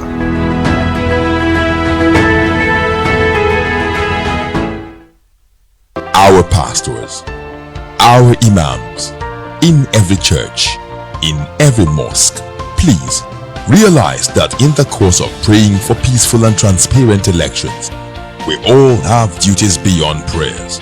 If we want a stable society before, during and after the elections, what should you be saying to those that worship with you? All Sundays and all Fridays, you are saddled with the responsibility of bringing up good generations. It is therefore your duty to both man and God to ensure peace all the time, no matter about elections alone. People talk to people and people listen. Talk to your followers. Make them listen to ensure peaceful 2023 elections. This message is from the National Orientation Agency. The security situation in Nigeria has been reasonably stable in spite of activities of unpatriotic elements engaged in various criminal activities around the country. Daily situation reports coming in from states 2 months ago, it has shown relative peace on many of our highways, such as Abuja, Kaduna Birnin Gwari, Sokoto, Zamfara, Kaduna. This message is brought to you from the Federal Ministry of Information and Culture.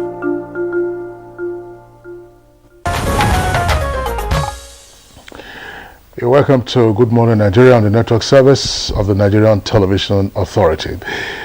We still have our three guests with us, Professor Ayade in our Lagos Network Studios, Dato Basi of Native, with us via Zoom, Captain Waredi, also still with us via Zoom from Warri. Captain Waredi, I want to come back to you, and this is something that I'm sure ordinary Nigerians who are minded to interrogate this issue will also be concerned about, and it's as follows. We have a regular guest on security issues on Good Morning Nigeria. His name is Dr. Kabir Adamu. And he says from time to time that there are some 25 odd agencies that have their mandate areas around intelligence and security.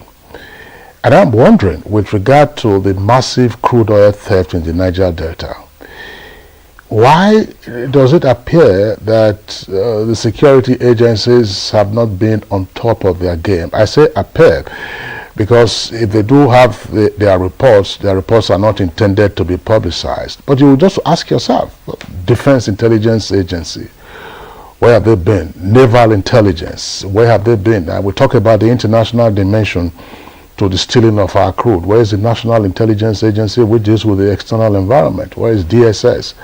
And where are the others?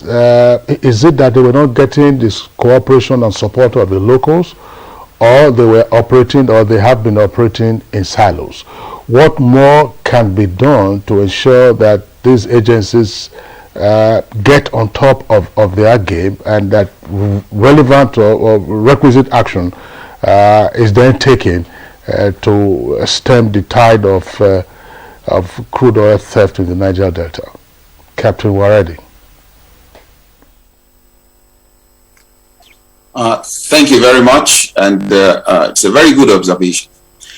Now, there's no doubt that you have all these agencies with high-level intelligence, capacity, and equipment. Nigeria has never been short of that.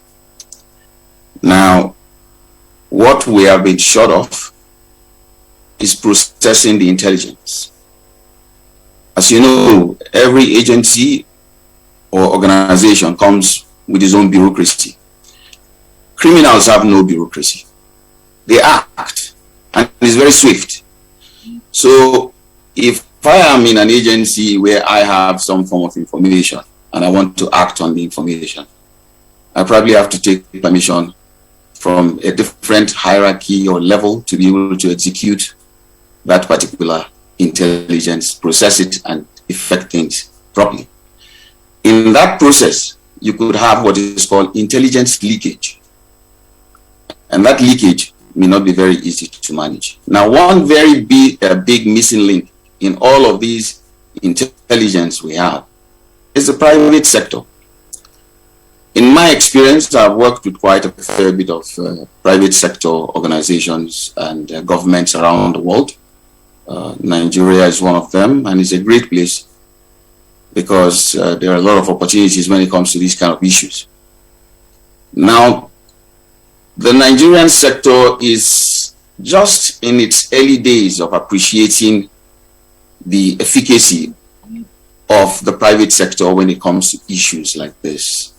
Israel is very good at it, and that is why it is very difficult to impregnate their security system. It's because of the private sector. And one of the best private sectors I've consulted for is Tantita. We process intelligence very fast. They have long and short lines of communications that are very, very effective.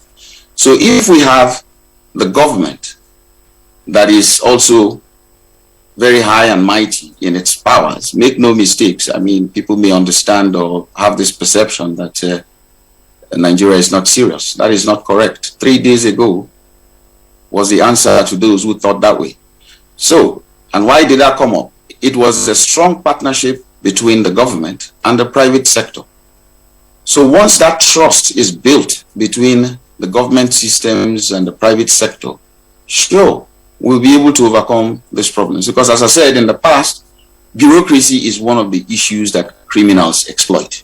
They know that.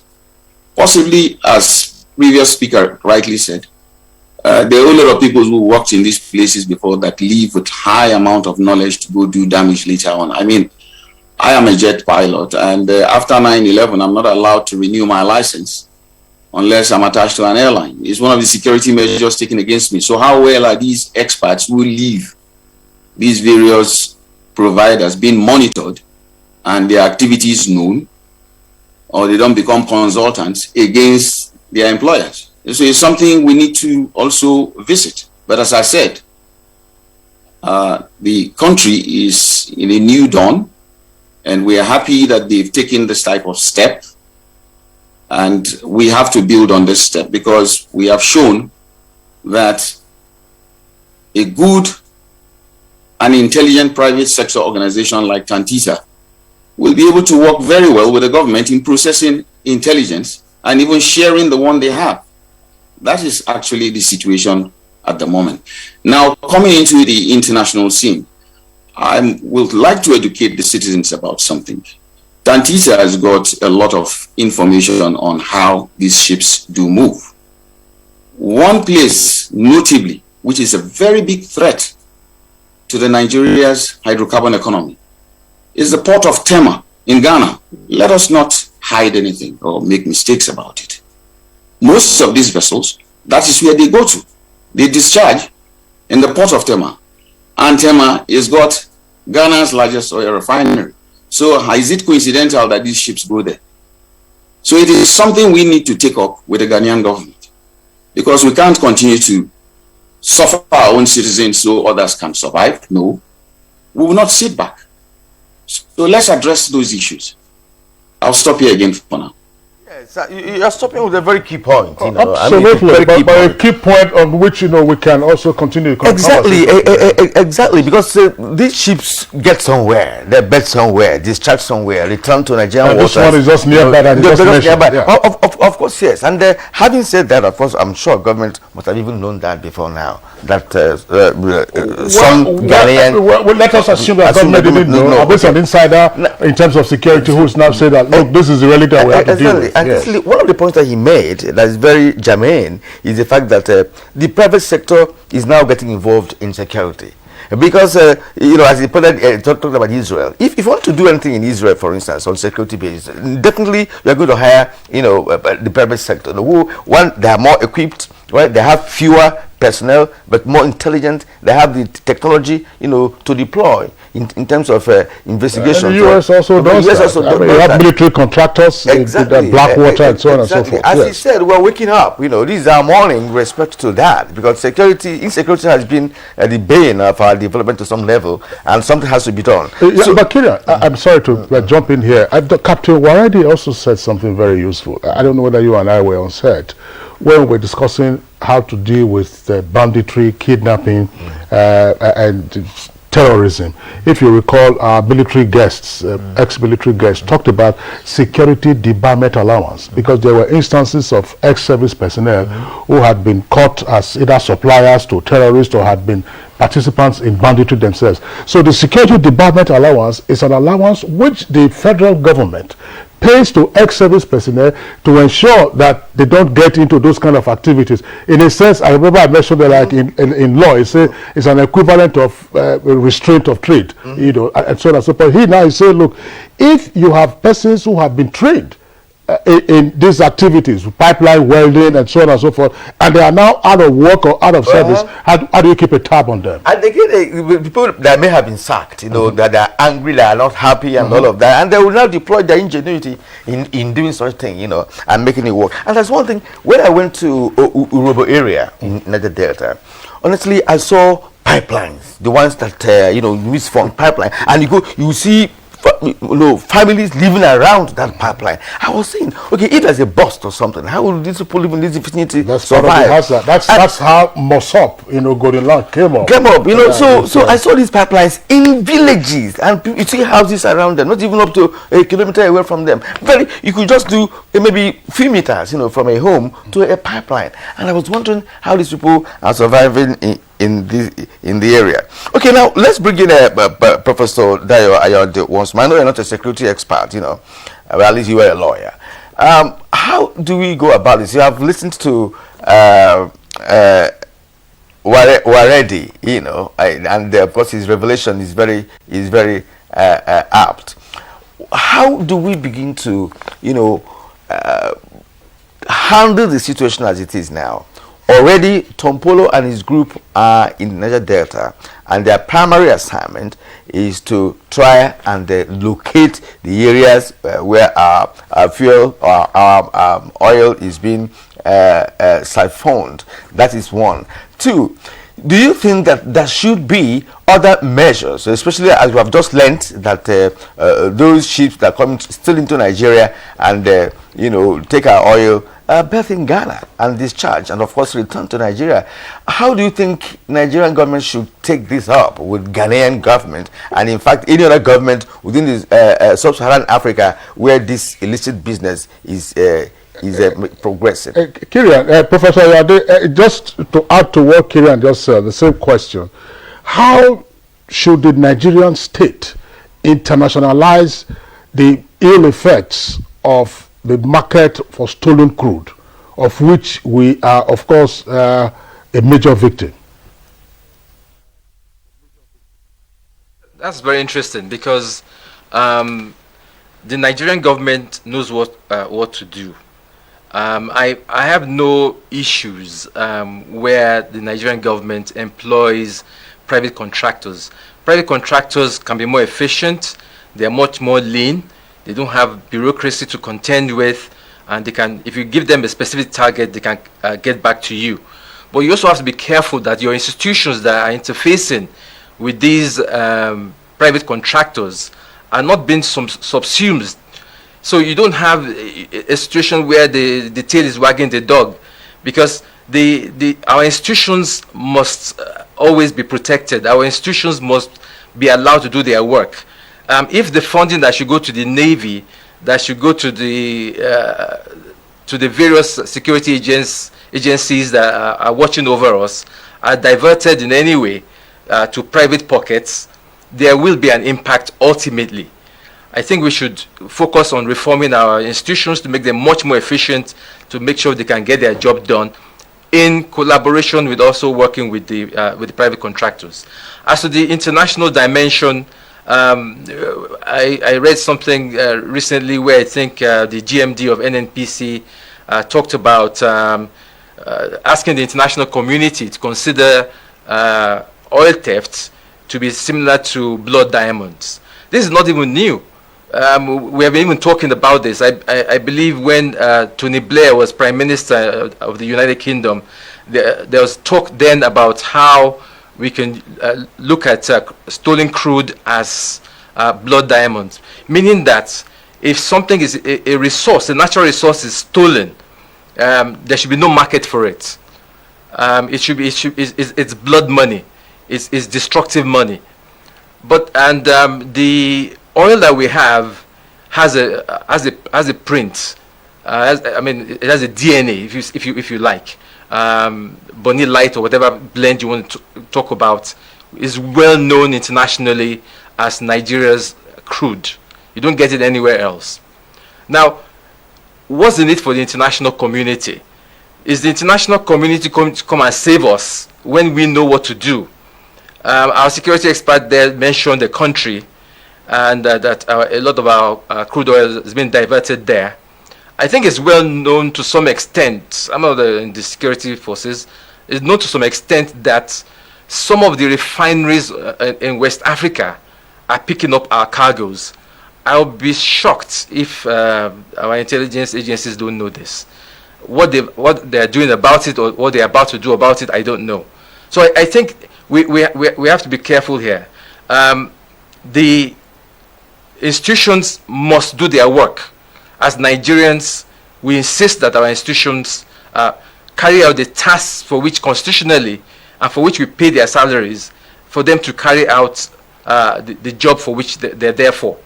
At the same time, we also utilize our private contractors to do specific tasks. Where we should be careful is when private individuals become governments effectively, and we may get to that stage where vast amount of money disappear into consulting fees.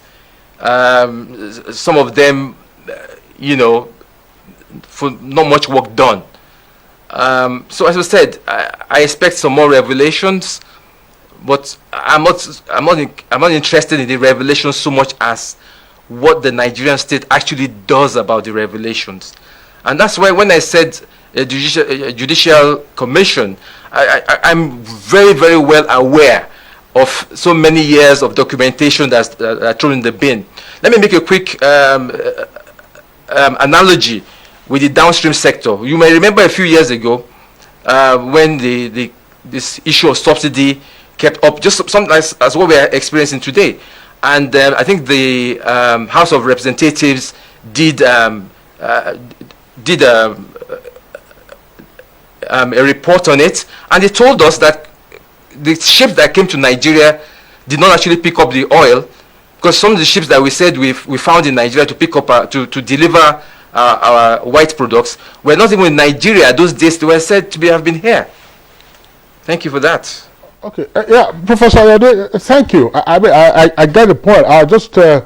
I think it's an issue, it's a recommendation to be looked into, whether it's parliamentary inquiry, or which of course is legitimate, or the judicial inquiry. That's something else. But usually, of course, everybody makes reference to the Oputa panel and the decision of the Supreme Court that the tribunals of inquiry are usually state matters and not national matters. But I think we can find a way around it to get to understand just what went wrong, who dropped the ball, and how to stem it. I was just wondering, in terms also of internationalizing the theft of our crude oil and therefore disrupting the market for stolen crude.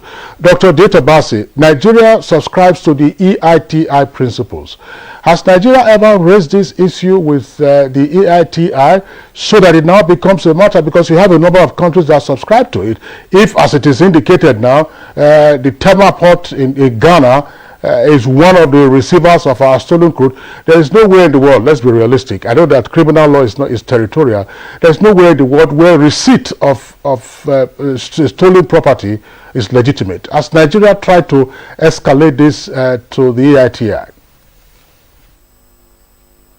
Thank you very much. No, we've only highlighted this in our reports that our crude oil has destinations that they go to.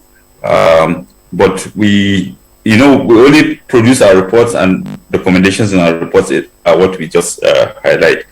And our reports is viewed internationally also. So yeah, people are aware that our oil, stolen crude, are taken to places, destinations which are quite varied. Some go to Europe, some go to some Asian countries, and some within Africa. Yeah, it's within the system. We've reported in our reports that Nigerian crude oil is stolen, and we need to also cap on those people that have a moral responsibility of not buying stolen crude from Nigeria. Like you rightly said, stolen crude is equivalent to blood diamond, in the sense that because you're depriving people of their resources, and they are also this is people's asset, the whole country's asset that has been stolen. And the people that this thing is stolen from are also living in abject poverty, because they're depriving them of income. We've reported on this in our report, and I think internationally it's well known. Thank you. Okay, thank you indeed. Of course, we may return to this topic at some other time, because we have a lot to discuss about that. He said something, moral responsibility of not buying stolen oil. Where will you get that? Somebody will not buy a cheap oil because you buy responsibility. I mean, it's something blood oil. Yeah, exactly. All right, on that note, we concluded today's edition of the program. We would like to appreciate all our guests. First, Captain Waredi Niswa, Maritime Intelligence Aviation Satellite Systems Consultant for Tantita Security Services Nigeria. We thank you for sharing your experience and thoughts on this program today. Lidam Miti, lawyer, civil rights activist, former president of Movement for Survival of the People of Ogoni. He was with us. He went to, of course, do justice to his case in court this morning. Thank you also for your contributions. And we had Professor Dayo Ayoade, energy and natural resources law expert, University of Lagos. Thank you for coming. And via Zoom, we also had the privilege of sharing the experience of Data Basi George, Director Technical of the Nigerian Extractive Industries Transparency Initiative. Thanks to all of you for being here this morning. That's it for us on Good Morning Nigeria today. Join us tomorrow, same time, 7 o'clock, for a fresh package. I'm Kingsley Osadolo saying have a nice day. And I'm Kirian Umayo. Have a great day.